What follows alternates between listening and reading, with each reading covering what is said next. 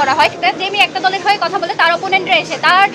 Comment box, তার inbox একেবারে ভাসিয়ে ফেলে, নোংরা শব্দচয়ন, তার অশ্লীল ভিডিও বানানো, এইগুলো হয়ে আসছে গত জুলাই থেকে। তো আমাদের যেটা আফসোস সেটা হলো গত 16 বছর ধরে যাদের সাথে থেকে, যাদেরকে আমরা ভাই হিসেবে পাশে রেখে এত বছর ধরে যুদ্ধ করেছি, যাদের সাথে হাতে হাত রেখে, যাদের পাশাপাশি থেকে আমরা জুলাই আন্দোলন সফল করেছি, সেই সব ভাইয়েরাই যখন আমাদের সাথে এই ধরনের শব্দচয়ন করে বা আমাদের ব্যাপারে এই ধরনের ভিডিও বানায়, অশ্লীল কুরুচিপূর্ণ কথা বলে, তখন সেটা আমাদের জন্য আসলেই কষ্টকর এবং সেটা হচ্ছে আমাদের জন্য কি বলবো, আমাদের জুলাইয়ের একটা ব্যর্থতা বলে আমরা মনে করি। দেখুন গত জুলাইও কিন্তু এ ধরনের অনেক কিছুই হয়েছিল, যে ছাত্রলীগের যে মেয়েরা ছিল তাদেরকে বিভিন্নভাবে স্ল্যাশিং করা হচ্ছিল। সেই সময়ও আমরা কিন্তু মেয়েদের পাশে দাঁড়িয়েছিলাম যে মেয়েদের এই ধরনের শব্দচয়ন করা যাবে না, রাজনীতিকে রাজনৈতিক চিন্তা দিয়েই প্রতিহত করতে হবে। তো সেই জায়গা থেকে আজকে যখন এই সব কিছু হয়, আমি আপনাদের একেবারে দুই তিনটা ঘটনা বলি। যখন আমাদের ভাইয়েরা, ছাত্রদলের ভাইয়েরা যখন এই ফ্রেমিং করার চেষ্টা করে যে কারো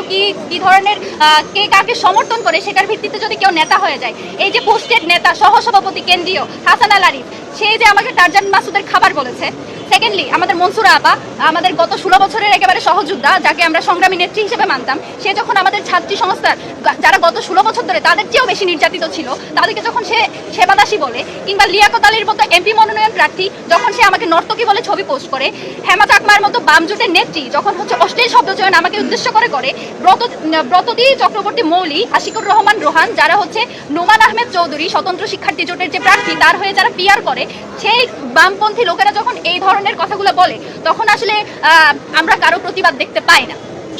এই দ্বিচারিতা, এই ধরনের হচ্ছে সিলেক্টিভ প্রতিবাদ। যখন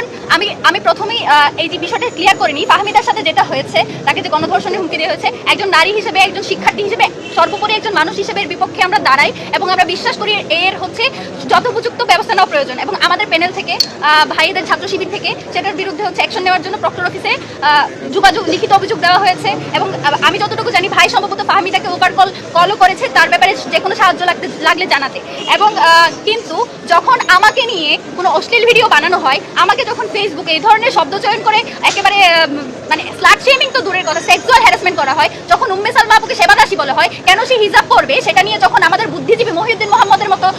বুদ্ধিজীবীরা হচ্ছে বিরাট বিরাট প্যারাগ্রাফ লিখে, তখন তো আমাদের কোনো বিশ্ববিদ্যালয়ের কোনো শিক্ষক সেই ব্যাপারে কোনো একটা টু শব্দ করতে আমরা দেখি না। তো আমরা কি আপনাদের স্টুডেন্ট না? আমরা কি ঢাকা বিশ্ববিদ্যালয়ের স্টুডেন্ট না? তো আপনাদের এই যে সিলেক্টিভ এই যে প্রতিবাদ বলেন, আপনাদের এই যে দরদ, সেটা শুধুমাত্র এক পক্ষের জন্য কেন? যদি আপনারা ঢাকা বিশ্ববিদ্যালয়ে যদি নিরাপদ ক্যাম্পাসই তৈরি করতে চান, একটা যদি বারবার এই যে বলেন লেভেল প্লেইং ফিল্ড তৈরি করবেন, লেভেল প্লেইং ফিল্ড আপনি কেমনে তৈরি করবেন যখন আপনি আপনার অপোনেন্টের ব্যাপারে কথা বলতে পারেন না? তো জিতে আসলে তো আপনি শুধু আপনার দলের জন্যই কাজ করবেন, আমাদের জন্য কাজ করবেন বলে তো আমরা মনে করছি না। তো এই ব্যাপারগুলো আসলে অ্যাড্রেস করা জরুরি ছিল, কারণ যখন থেকে মনোনয়নপত্র কিনেছি আমার উপর দিয়ে অনেক কিছু গিয়েছে এবং সব কিছু সহ্য করে এই জায়গায় পড়ে থাকার একটাই কারণ, এই যে এই জায়গায় আসা, এটা হচ্ছে যেই জনগোষ্ঠীর যে স্টেকটা, যাদের টাকায়, যাদের পয়সায় আমরা এখানে ঢাকা বিশ্ববিদ্যালয়ে পড়াশোনা করি,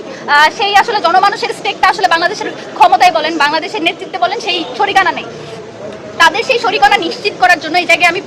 দাঁড়িয়ে আছি শক্ত হয়ে। এবং যে মেয়েগুলো আসলে কথা বলতে পারে না আমাদের মতো, যারা হচ্ছে কোনো রাজনৈতিক দলের হয়তো সেই সাপোর্টটা পায় না বা একেবারে ক্ষমতার কাছাকাছি থাকাদের সাথে তারা থাকে না, তারা যে কথা বলতে পারে না, সেই কথা বলাটা জরুরি বলে এই জায়গায় এখনো পর্যন্ত এত কিছু সহ্য করে বসে আছি, এত কিছু সহ্য করে শক্ত হয়ে আছি, যাতে আমার মতো 8-10 জন এই কথাটা বলার সাহস পাই, বা যারা বলতে পারে না তাদের হয়ে আমি কথাটা বলতে পারি। এবং এই কথাটা আমি বলে যাবো, সেটা যদি ফাহমিদার জন্য বলতে হয়, ফাহমিদা আমার